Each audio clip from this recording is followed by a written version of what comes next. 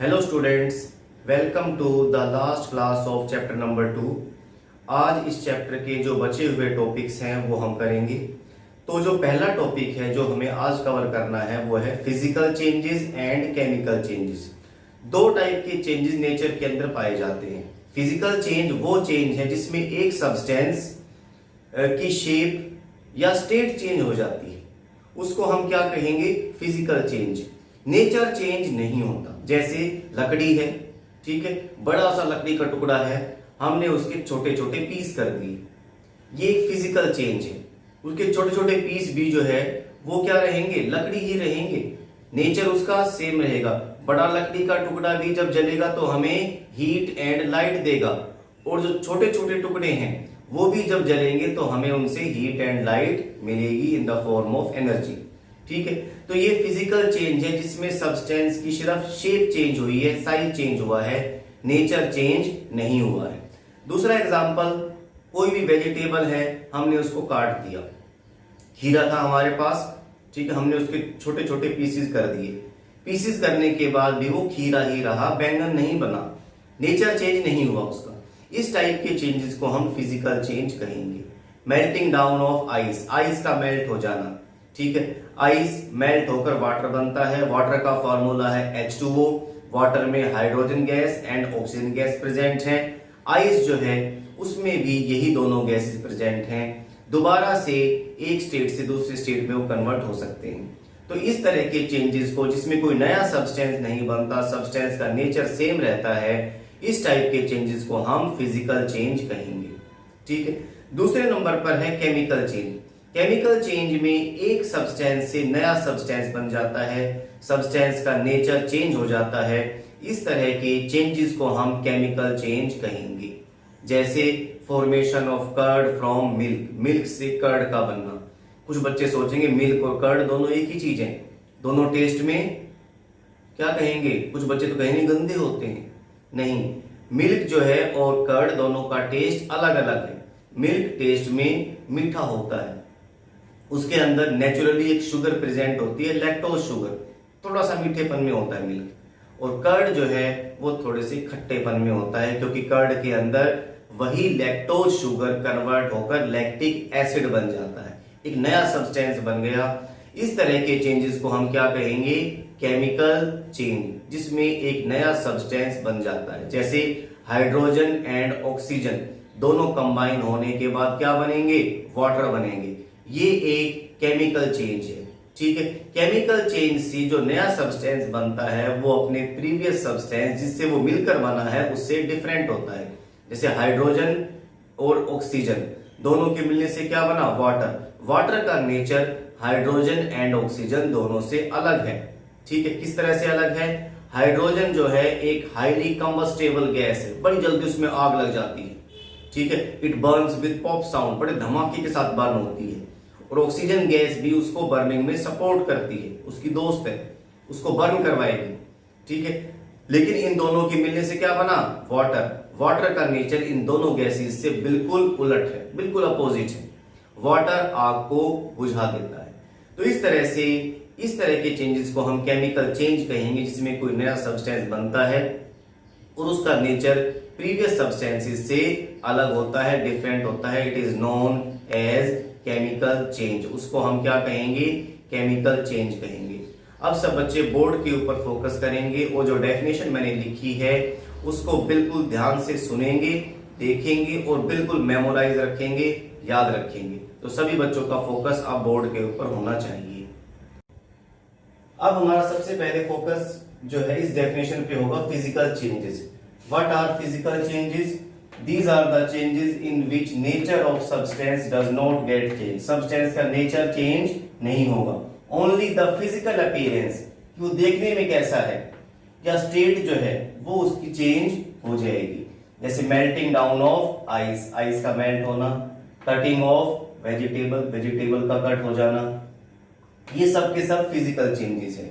Next है chemical change। chemical change क्या होते हैं? These are the changes in which chemical composition या nature of substance get changed, जिसमें substance का nature change हो जाएगा या उसकी chemical composition change हो जाएगी। To form a new substance. हमेशा ध्यान रखना, केमिकल चेंज के बाद हमेशा कोई नया सब्सटेंस बनता है जिसका नेचर प्रीवियस सब्सटेंस से बिल्कुल डिफरेंट होता है। एग्जाम्पल क्या बताया मैंने, पहला example burning of candle, candle burn हो गई, कैंडल के अंदर जो वैक्स प्रेजेंट था वो चेंज होकर CO2 गैस बन जाएगा। ठीक है, तो burning of candle is a physical change. दूसरा formation of curd from milk, इसका मैंने बताया था, मिल्क जो है उसके अंदर शुगर प्रेजेंट होती है जिस शुगर का नाम है लैक्टोज शुगर। मिल्क से जब कर्ड बनता है तो ये लैक्टोज शुगर चेंज हो जाती है लैक्टिक एसिड में। दोनों का केमिकल नेचर अलग अलग है। इस तरह के चेंजेस को हम क्या कहेंगे, केमिकल चेंजेस। तो ये दो टाइप के चेंजेस हैं जो हमारे आसपास हमारे नेचर में पाए जाते हैं, physical change and chemical change. अब इसके बाद नेक्स्ट जो टॉपिक है हमारा वो है टाइप्स ऑफ प्योर सब्सटेंसेस। दो टाइप के सब्सटेंसेस होते हैं, एलिमेंट एंड कंपाउंड। ठीक है, एलिमेंट एक तरह के वो सब्सटेंस हैं, वो प्योर सब्सटेंस हैं which can not be further सब डिवाइडेड, जिसके और छोटे टुकड़े नहीं किए जा सकते। उन सब्सटेंसेस को, उस मैटर की फॉर्म को हम एलिमेंट कहेंगे। ठीक है, नेचर के अंदर एलिमेंट सिर्फ बहुत कम पाए जाते हैं। 118 elements are there, gold, silver, platinum, iron, zinc, manganese, oxygen, nitrogen, chlorine, fluorine, ये सब के सब एलिमेंट हैं। ठीक है, इनके और छोटे टुकड़े नहीं किए जा सकते, उनको हम क्या कहेंगे, element. Element can not be further सब डिवाइडेड, और एलिमेंट के छोटे से छोटे पार्ट को हम एटम कहेंगे। क्लियर सभी को, ये सब एलिमेंट के बारे में था। ठीक है, दो या दो से ज्यादा एलिमेंट ऐड होकर, जुड़कर क्या बनाएंगे, कंपाउंड बनाएंगे। Compound is the substance which is formed by 2 or more element in a definite proportion. जैसे हाइड्रोजन एक एलिमेंट है, ऑक्सीजन एक एलिमेंट है, दोनों के कंबाइन होने से बना वाटर। हाइड्रोजन के 2 एटम, ऑक्सीजन का 1 एटम, दोनों ने मिलकर क्या बनाया, H2O, वाटर। वाटर एक कंपाउंड है। इसी तरह से कार्बन एक एलिमेंट, ऑक्सीजन एक एलिमेंट, दोनों के मिलने से बना कार्बन डाइऑक्साइड, उसको हम क्या कहेंगे, कंपाउंड। तो कंपाउंड के अंदर 2 या 2 से ज्यादा एलिमेंट प्रेजेंट होते हैं इन डेफिनेट प्रोपोर्शन। ध्यान रखना है, एक डेफिनेट प्रोपोर्शन में। जैसे कार्बन डाइऑक्साइड के अंदर फिक्स है, 1 एटम कार्बन का होगा, 2 एटम ऑक्सीजन के होंगे, CO2 बनेगा वो, उसे हम कंपाउंड कहेंगे। अगर ये प्रोपोर्शन चेंज हो गई तो कोई दूसरा कंपाउंड बन जाएगा। ठीक है, तो ये कंपाउंड के बारे में था। नेचर के अंदर एलिमेंट बहुत कम पाए जाते हैं, 118 एलिमेंट्स आर देयर। कंपाउंड बहुत सारे पाए जाते हैं। ठीक है, बहुत सारे कंपाउंड, लाखों में कंपाउंड पाए जाते हैं। ठीक है, हम एलिमेंट के और छोटे टुकड़े नहीं कर सकते। कंपाउंड जो है उसको हम फर्दर ब्रेक डाउन कर सकते हैं इनटू एलिमेंट। जैसे वाटर जो है उसको हम केमिकल रिएक्शन से ब्रेक डाउन करवा के क्या बना सकते हैं, हाइड्रोजन अलग, ऑक्सीजन अलग, केमिकल चेंज से, फिजिकल चेंज से नहीं, ध्यान रखना। ठीक है, तो ये जो है कुछ डिफरेंसेस हैं एलिमेंट में और कंपाउंड में। ठीक है, अब सभी का फोकस जो है वो बोर्ड पर होना चाहिए। यहां पर मैं एलिमेंट और कंपाउंड के बीच में डिफरेंस लिखूंगा, आपका पूरा फोकस अब बोर्ड के ऊपर होगा। सबसे पहले एलिमेंट। एलिमेंट की definition, it is the basic form of matter which can not be further सब डिवाइड, मतलब जिसके और छोटे टुकड़े ना किए जा सके। कंपाउंड की डेफिनेशन में, it is the substance made up of, किस चीज से बना हुआ है, 2 or more elements in a definite proportion. ये मेन डिफरेंस है, डेफिनेशन है एलिमेंट एंड कंपाउंड की। ठीक है, सेकंड पॉइंट क्या हो जाएगा, एलिमेंट्स में they are few in number या they are limited in number. Element जो है उनके नंबर लिमिटेड है, 118 elements are there. Compound they are many in number. Compound बहुत सारे होते हैं, मिलियंस में कंपाउंड है। थर्ड डिफरेंस, एलिमेंट में दे कैन नॉट बी सब divided by any chemical process. किसी केमिकल प्रोसेस से हम उसके और छोटे टुकड़े नहीं कर सकते। इसमें दे कैन बी सब divided into element by chemical process। Chemical process से हम इसको ब्रेक डाउन करवा सकते हैं। जैसे H2O वाटर है, वाटर के अंदर हमने इलेक्ट्रिसिटी पास की, हाइड्रोजन अलग हो जाएगा, ऑक्सीजन अलग हो जाएगा। तो जो कंपाउंड है उसको हम ब्रेक डाउन करवा सकते हैं, उसको हम डिवाइड कर सकते हैं इनटू एलिमेंट्स। और फोर्थ डिफरेंस जो है एलिमेंट और कंपाउंड में, इट्स स्मॉलेस्ट पार्टिकल, एलिमेंट के स्मॉलेस्ट पार्टिकल को हम क्या कहेंगे? It's smallest particle is called atom. इसके छोटे से छोटे पार्टिकल को हम एटम कहेंगे। और इसमें इट्स स्मॉलेस्ट पार्टिकल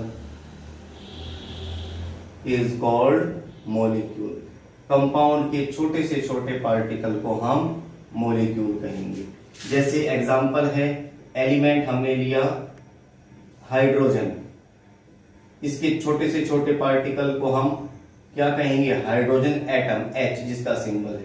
इसी तरह से ऑक्सीजन, इसके छोटे छोटा पार्टिकल O, गोल्ड छोटे छोटा पार्टिकल Au। ठीक है, ये सब के सब एटम है।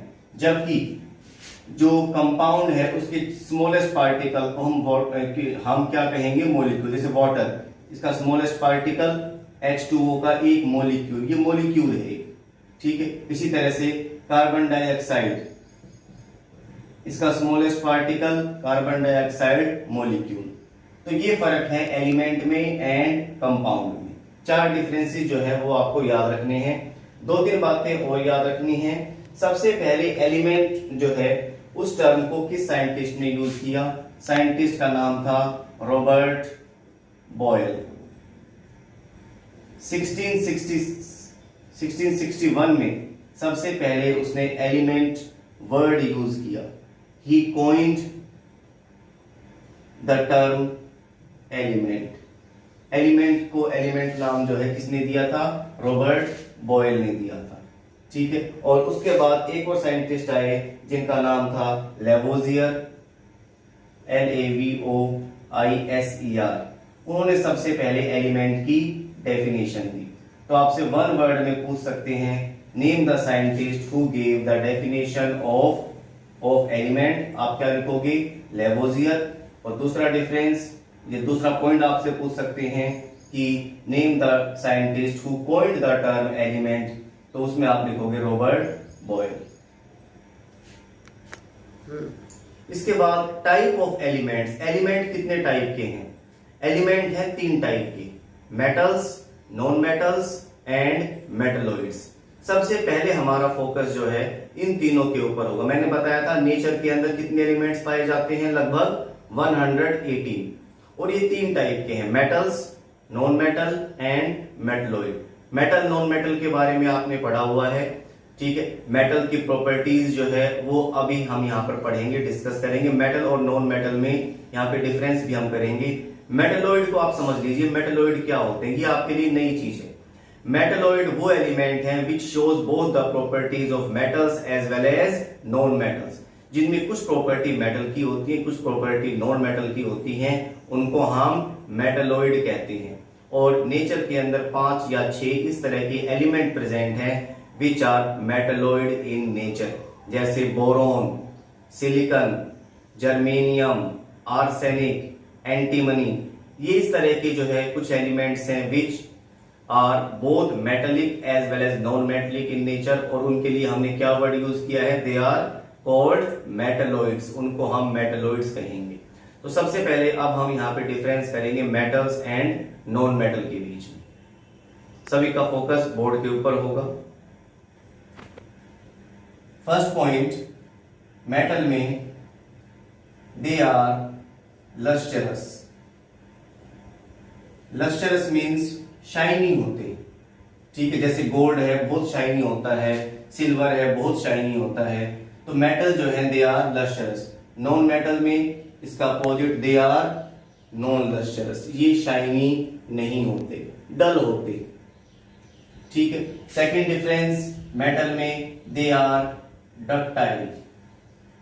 डक्टाइल का मतलब उनको जब हम स्ट्रेच करेंगे तो उनसे पतली पतली वायर्स बन सकती है, ठीक है। मेटल जो है दे आर डक्टाइल, ठीक है, मतलब they can be drawn into thin wires, उनके हम पतले पतले तार बना सकते हैं। नॉन मेटल में दे आर नॉन डक्टाइल, ये डक्टाइल नहीं होते। Third point, they are malleable. Metals जो हैं दे आर मैलिएबल। मैलिएबल का मतलब they can be beaten into thin sheets, उनको बीट कर करके पीट पीट कर पतली शीट बनाई जा सकती है, पतली शीट बिल्कुल। जैसे आपने एल्यूमिनियम फॉइल देखी होगी, बिल्कुल पतली होती है, उससे भी पतली सिल्वर फॉइल। तो मेटल जो है उनको बीट करके हम पतली पतली शीट्स बना सकते हैं, that's why they are malleable in nature. और नॉन मेटल में दे आर नॉन मैलिएबल, ये नॉन मैलिएबल होते हैं। फोर्थ डिफरेंस, मेटल में दे आर सोनोरस। सोनोरस का मतलब they produce sound when beaten. जब मेटल को बीट करते हैं बड़ी अच्छी खनकदार आवाज होती है, बड़ी तेज साउंड आती है, इसीलिए जो भी बेल्स वगैरह होती हैं वो मेटल की बनी होती है। और इसमें क्या आ जाएगा, they are non sonorous, opposite हो जाएगा इसका। मेटल्स में they are good conductor of heat and electricity. Heat और इलेक्ट्रिसिटी को अपने अंदर से कंडक्ट करवा देते हैं। और नॉन मेटल में they are poor conductor of heat and electricity. ये हीट एंड इलेक्ट्रिसिटी के पुअर कंडक्टर है।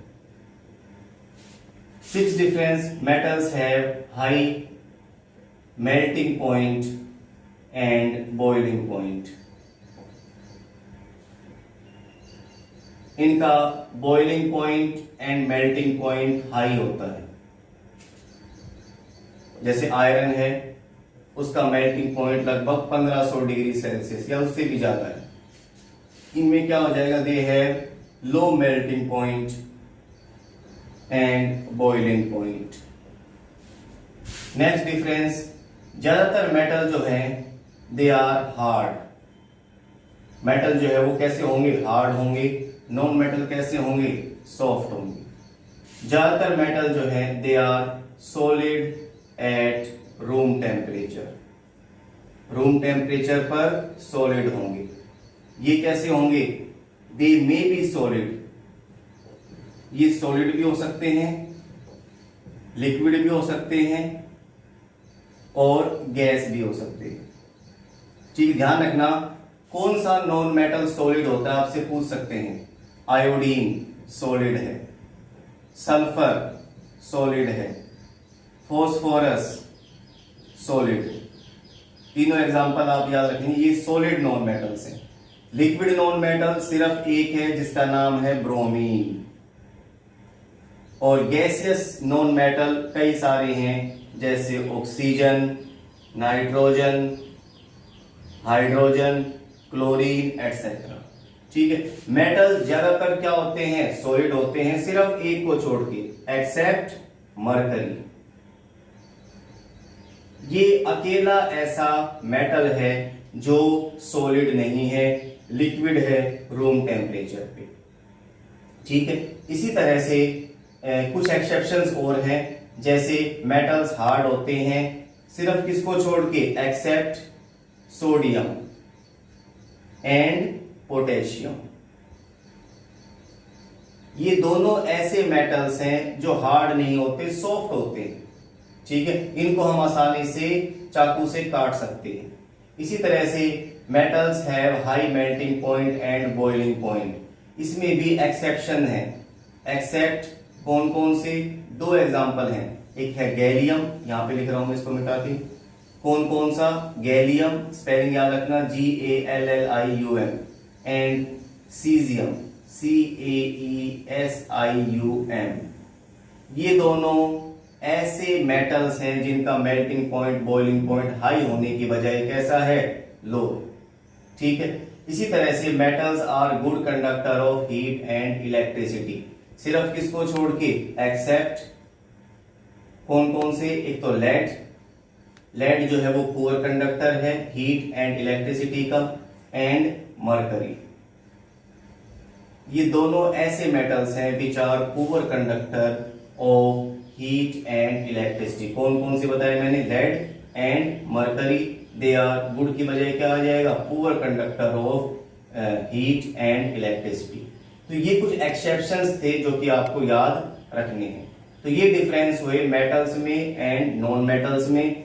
एग्जाम में आपसे कोई भी 4, 5, 6 डिफरेंसेस पूछे जा सकते हैं, इसलिए मैंने यहाँ पे 8 डिफरेंसेस बता दिए। साथ ही साथ इसके ऊपर वन वर्ड वाला क्वेश्चन भी पूछ सकते हैं, जैसे which metal is liquid at room temperature, answer में क्या लिखोगे? मरकरी। ये भी पूछ सकते हैं विच मेटल्स आर सॉफ्ट, तो जो सॉफ्ट मेटल्स में कौन कौन से हैं? Sodium and potassium.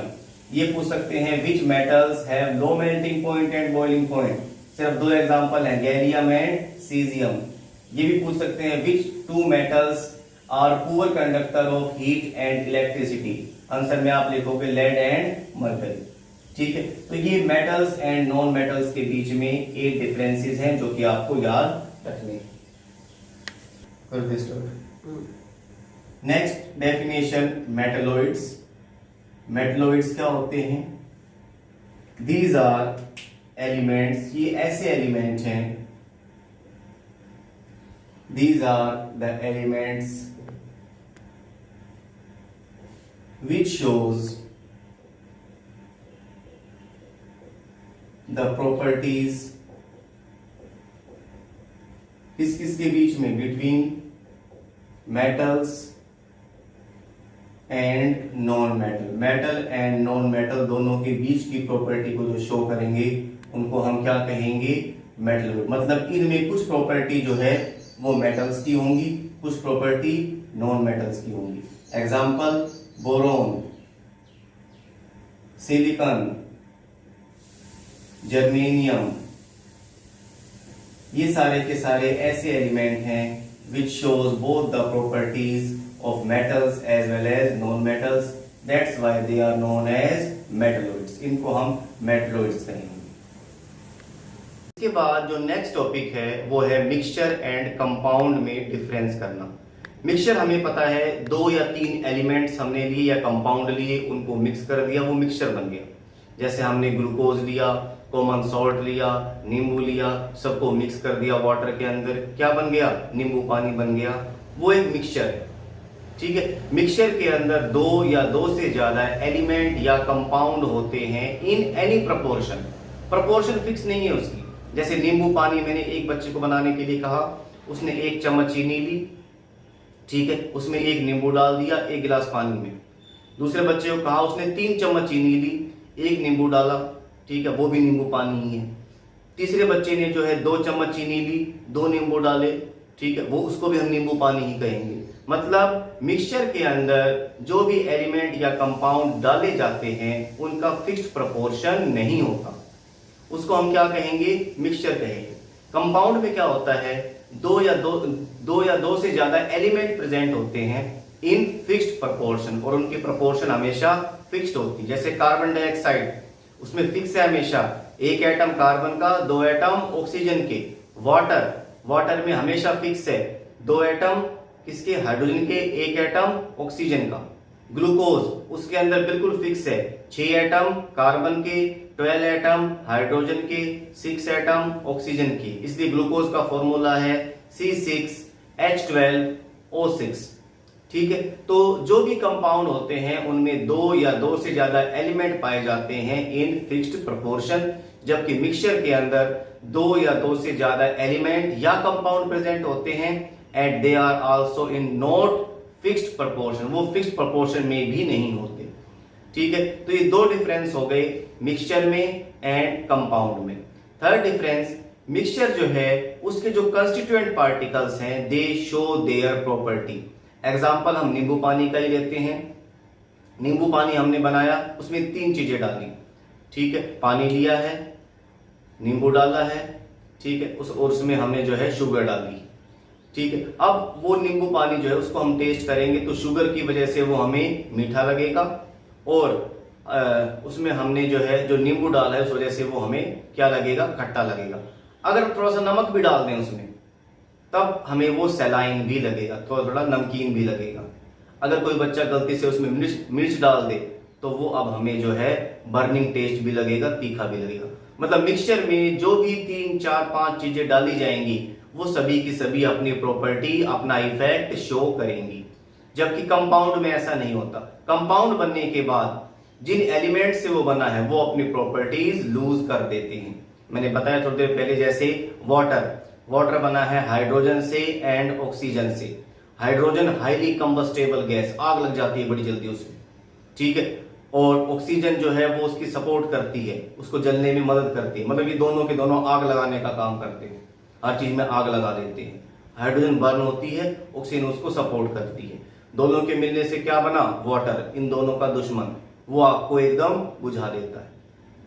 तो कंपाउंड बनने के बाद जो एलिमेंट है उसकी प्रॉपर्टीज चेंज हो जाती है, जबकि मिक्सचर जिन कंपोनेंट से बना हुआ है वो अपने इफेक्ट शो करते हैं। ठीक है, नेक्स्ट डिफरेंस क्या हो जाएगा, मिक्सचर के अंदर जो भी कंस्टिट्यूएंट पार्टिकल्स हैं उनको हम सेपरेट कर सकते हैं बाय एनी फिजिकल प्रोसेस। जैसे हमने सॉल्ट एंड वाटर का मिक्सचर बनाया, अब हमें सॉल्ट को अलग करना है, वाटर को अलग करना है, हम उसको अलग कर सकते हैं बाय डिस्टिलेशन मेथड। तो मिक्सचर जो है उसके कंस्टिट्यूएंट पार्टिकल को हम किसी भी फिजिकल प्रोसेस से अलग कर सकते हैं। ठीक है, कंपाउंड जो है उसके पार्टिकल्स को हम फिजिकल प्रोसेस से अलग नहीं कर सकते। ये नहीं है कि हम वाटर को छान दें, हाइड्रोजन गैस अलग, ऑक्सीजन अलग, ऐसे नहीं होगा। हीट कर दें, H अलग, O अलग, ऐसे नहीं होगा। तो जो भी कंपाउंड है उसके कंस्टिट्यूएंट पार्टिकल को हम सेपरेट नहीं कर सकते बाय एनी फिजिकल प्रोसेस। और लास्ट जो डिफरेंस है एलिमेंट और कंपाउंड में वो है मिक्सचर एंड कंपाउंड में जो मिक्सचर है उसकी प्रोपोर्शन फिक्स नहीं होती, कंपाउंड की प्रोपोर्शन फिक्स होती है। तो ये 5 डिफरेंस मैंने बताए मिक्सचर में एंड कंपाउंड में। ठीक है, इन पांचों पॉइंट्स को अब हम बोर्ड के ऊपर स्टडी करेंगे। आप सभी का फोकस बोर्ड के ऊपर होना चाहिए। सबसे पहले मिक्सचर में इट इज फाउंड बाय 2 और मोर एलिमेंट और कंपाउंड। मिक्सचर 2 या 2 से ज्यादा एलिमेंट या कंपाउंड से बनता है। कंपाउंड में हम क्या लिखेंगे, इट इज फाउंड बाय 2 और मोर एलिमेंट्स। इसमें सिर्फ एलिमेंट्स आएगा। ठीक है, बाकी स्टेटमेंट आप अपने आप लिख सकते हो, इट इज फाउंड बाय 2 और मोर एलिमेंट्स, कंपाउंड नहीं आएगा। ये डिफरेंस हो गया तो इसमें। ठीक है, ये नहीं आएगा।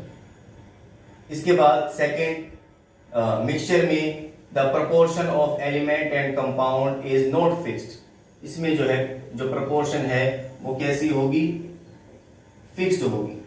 ठीक है, the proportion of element is fixed. Third difference, its constituent particles show their property.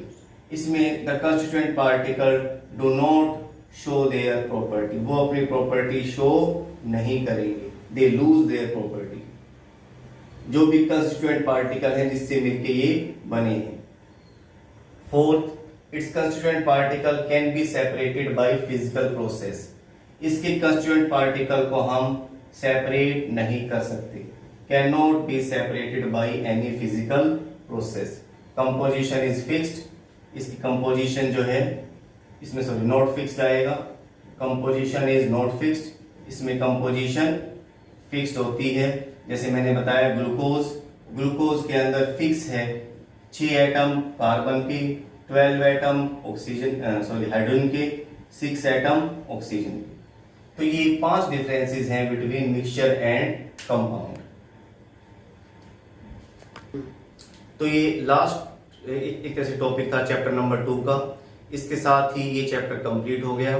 ठीक है, अब इस चैप्टर के सिर्फ एनसीईआरटी क्वेश्चन बचे हैं। नेक्स्ट क्लास में वो सारे के सारे क्वेश्चन भी जो है आपके सामने डिस्कस किए जाएंगे और उसके बाद जो है इस चैप्टर का टेस्ट होगा। मोस्ट प्रोबेबली आपका टेस्ट वेडनेसडे को होगा। तो वेडनेसडे तक आप अपने पूरे चैप्टर को अच्छी तरह से लर्न कर लीजिए और अपने टेस्ट की तैयारी कीजिए। Okay, thank you.